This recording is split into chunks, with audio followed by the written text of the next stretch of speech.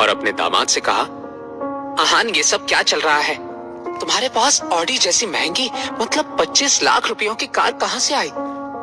जैसे ही मिसेस यामिनी गिल ने आहान से ये सवाल किया, शनाया ने भागकर अपनी मॉम को अप्रोच किया और आहान और शनाया के बीच में जाकर खड़ी हो गई। आहान ने मिसेस यामिनी गिल के सवाल का जवाब देते हुए कहा, मॉम मैंने शनाया से कहा कि मेरे लिए खरीद दे। उसी वक्त शनाया ने अपनी मॉम से कहा, मॉम मैंने वो कार आहान के लिए खरीदी है। भले ही दोनों हस्बैंड वाइफ ने अपनी बात एक ही वक्त कही थी, लेकिन आहान और शनाया के जवाबों में बहुत तफावत थी। मिसेस यामिनी गिल ने अपनी बेटी और अपने दामाद की तरफ देखते हुए मन ही मन में कहा, इन दोनों में से सच कौन कह रहा है और कौन झूठ? मेरी तो कुछ समझ नहीं आ रहा है। इस पॉइंट पर यामिनी गिल कुछ ज्यादा ही इरिटेट हो गई थी, मगर अगले ही पल उनकी इरिटेशन गुस्से में बदल गई। मिसेस यामिनी गिल ने अंदाजा लगाते हुए कहा, एक मिनट, भले ही आहान या शनाया में से कोई झूठ कह रहा हो, पैसे तो शनाया ने दिए होंगे, मगर उसके पास 25 लाख कहां से आ गए? शनाया ने मुझे पैसों के बारे में कुछ बताया क्यों नहीं? इस बारे में सोचने के बाद मिसेस यामिनी गिल का चेहरे का रंग काला पड़ गया।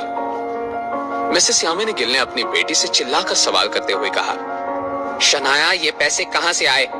तुमने 25 लाख कहां से लाए? मिसेस यामिनी गिल के इतने लाउड रिएक्शन से सभी हैरान रह गए। शनाया ने अपना डर मन ही मन में छिपा लिया और मिसेस यामिनी गिल के सवाल पर बहुत ही शांति से झूठा जवाब देते हुए बोली, मॉम आहान ने ये पैसे खुद कमाए हैं। शनाया का ये जवाब सुनकर आहान उसकी तरफ देखकर अलग ही नजर से देखने लगा। इस नजर में एक तरह की नरमी थी। आहान ने अपनी वाइफ की तरफ देखते हुए मन ही मन में कहा, क्या सच में शनाया मुझे डांट खाने से बचाने के लिए अपनी मॉम से झूठ बोल रही है? उन्हें मेरी फिक्र हो रही है, लेकिन इस सब का कोई फायदा नहीं है। मॉम को इस बात पर यकीन दिलाना इतना आसान नहीं है। मिसेस यामिनी गिल ने शनाया के झूठ पर बिल्कुल भी यकीन नहीं किया था। उन्होंने अपने बेटी से कहा, शनाया क्या तुम मुझे बेवकूफ समझ रही हो? आहान एक नॉर्मल सी बैंक में काम करता है और महीने के उसे 10 से 15 हजार मिलते हैं, और वो अपनी ही बैंक में चोरी कर ले तब भी 25 लाख जमा करना मुमकिन नहीं है। जब मिसेस यामिनी गिल ने ये कहा, शनाया की बोलती बंद ही हो गई।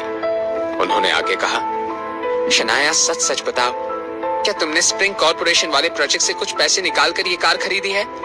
मुझे बताओ शनाया, कुछ कहो।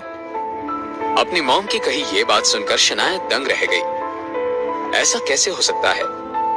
शनाया ने भी इमोशनल होकर कहा, नहीं मॉम, ऐसा कुछ नहीं है। मॉम आप ऐसा कैसे सोच सकती हैं? आहान तो आखिरी मिनट तक मुझे ये कार खरीदने से मना कर रहा था, और मॉम को लगता है कि उसने मुझे ब्लैकमेल किया है। शनाया ने मन ही मन में कहा। मिसेस यामिनी गिल भी इस वक्त आहान के बारे में ही सोच रही थी। उन्होंने अपने आप से ही कहा, अगर शनाया फिर से झूठ बोल रही है तो अच्छा नहीं होगा। क्या वो आहान को बचा रही है? अगर मुझे पता चला कि आहान ने अपने मतलब के लिए शनाया का करियर दांव पर लगाया है तो मैं उसे छोड़ूंगी नहीं। शनाया ने अपनी मॉम की नजरों को देखकर ये बात पहचान ली थी कि वो जरूर आहान के बारे में कुछ गलत सोच रही थी और एक बार फिर से आहान के खिलाफ कोई गलत और बुरी राय कायम कर रही थी। शनाया ने एक गहरी सांस ली और अपनी मॉम को सच बताते हुए कहा, मॉम ये पैसे मुझे विकी भाई ने दिए थे। शनाया अब कुछ छिपाने के बदले आहान के अगेंस्ट कुछ बुरा नहीं सुनना चाहती थी, इसलिए उसने सब कुछ सच सच बता दिया। मिसेस यामिनी गिल को इस बात पर बिल्कुल भी यकीन नहीं हुआ था, मगर कुछ देर के ऑकवर्ड सन्नाटे के बाद एकदम से मिसेस यामिनी गिल को कुछ याद आया और उन्होंने शनाया से सवाल करते हुए कहा, क्या मतलब जो मैंने बात फैमिली ग्रुप पर पढ़ी वो सच थी? क्या क्या सच में उस विकी भाई ने तुम्हें और रूपल को 50 लाख रुपए दिए हैं? मिसेस यामिनी गिल किसी सदमे में थी। शनाया ने जवाब में बिना कुछ कहे बस हाँ में अपना सर हिला दिया। अपने बेटे के इस जवाब को सुनने के बाद मिसेस यामिनी गिल का सदमा कुछ बदल गया। उन्हें अपनी आंखों पर और अपने कानों पर यकीन नहीं हो रहा था। मिसेस यामिनी गिल ने अचंभे से अपनी बेटी की तरफ देखा और मन ही मन में कहा, शनाया बदल गई है। उसने आज तक मुझसे कभी भी कुछ नहीं छिपाया, लेकिन अब वो मुझसे छिपकर बहुत कुछ करने लगी है। लेकिन अगर आज सीमा दीदी ने यहाँ आकर बखेड़ा खड़ा नहीं किया होता तो मुझे ये पता कैसे चलता। ये सब सोच के उन्हें बहुत बुरा लग रहा था। मिसेस यामिनी गिल ने गुस्सा होकर शनाया से कहा, बेवकूफ लड़की, क्या तुम ये नहीं जानती कि हमें फिलहाल पैसों की कितनी जरूरत है? तुम्हारे पापा हॉस्पिटल में हैं और तुम 25 लाख की ऑडी कार खरीद रही हो, वो भी इस निकम्मे आहान के लिए। क्या उसके जैसा कंगाल आदमी इतनी महंगी कार चलाने के लायक है? आपकी औकात ही क्या है?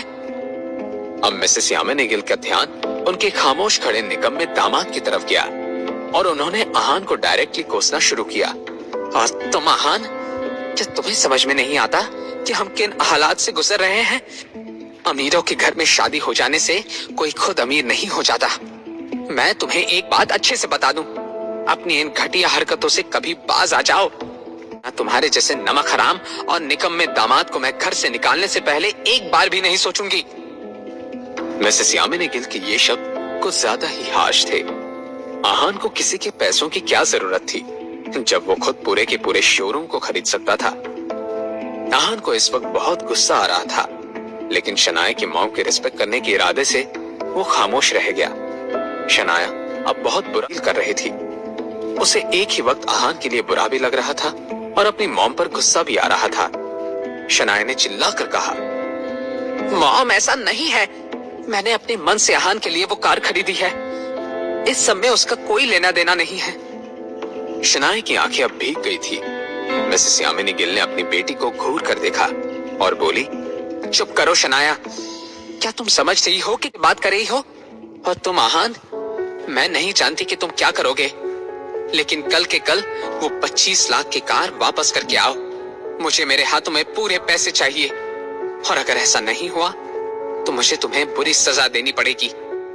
मिसेस यामिनी गिल ने अपना फैसला सुना दिया था। अपनी बात को पूरा करने तक मिसेस यामिनी गिल की आंखें गुस्से से लाल हो गई थी।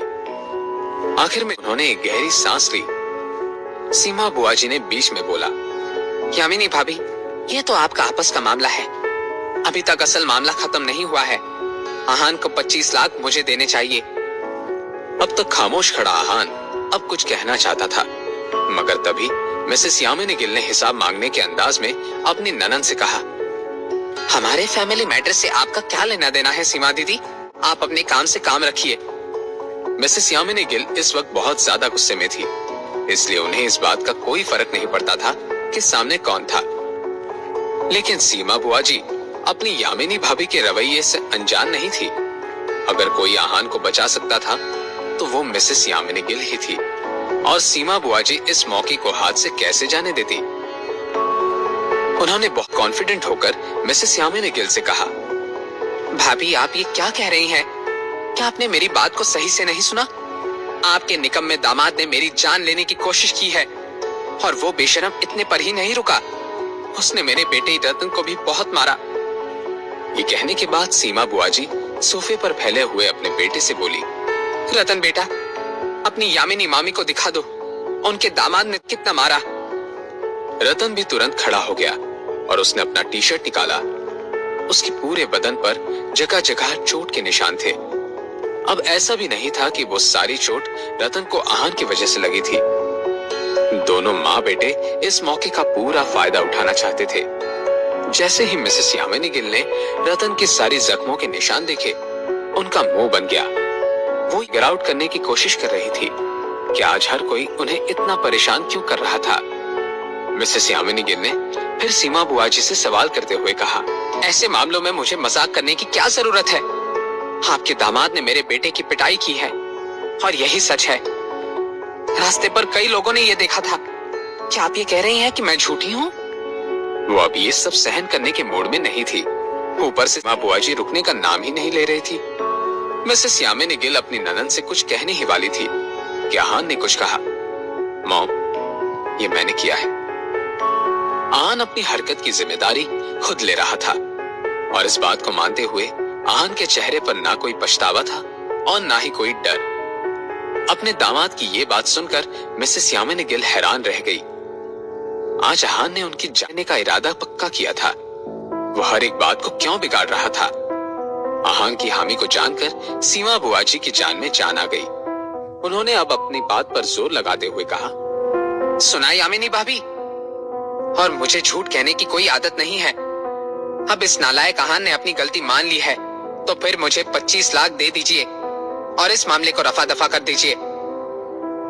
ये सीमा बुआ जी ने अपनी मांगे साफ कर दी थी, लेकिन मिसेस यामिनी गिल ने उनकी बातों को नजरअंदाज कर दिया था। तभी शनाया ने कहा, मॉम, रतन ने शुरुआत की थी, वो मुझे थप्पड़ मारने आ रहा था। आहान ने सब मुझे बचाने के लिए किया है।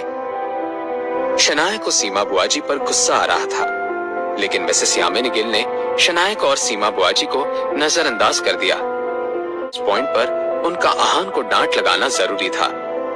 आज रतन को मारा था, कल आहान किसी और को पीट देता, और अगर ऐसा ही चलता रहा तो हर रोज मिसेस यामिनी गिल को लोगों को पैसे बांटने की खैरात करनी पड़ती। इसलिए मिसेस यामिनी गिल ने आहान से सवाल करते हुए कहा, तुम्हें हाथ उठाने की क्या जरूरत थी आहान? अब आहान क्या करेगा? क्या सच में शनाया और आहान पर सीमा बुआ जी को 25 लाख देने की नौबत आने वाली थी?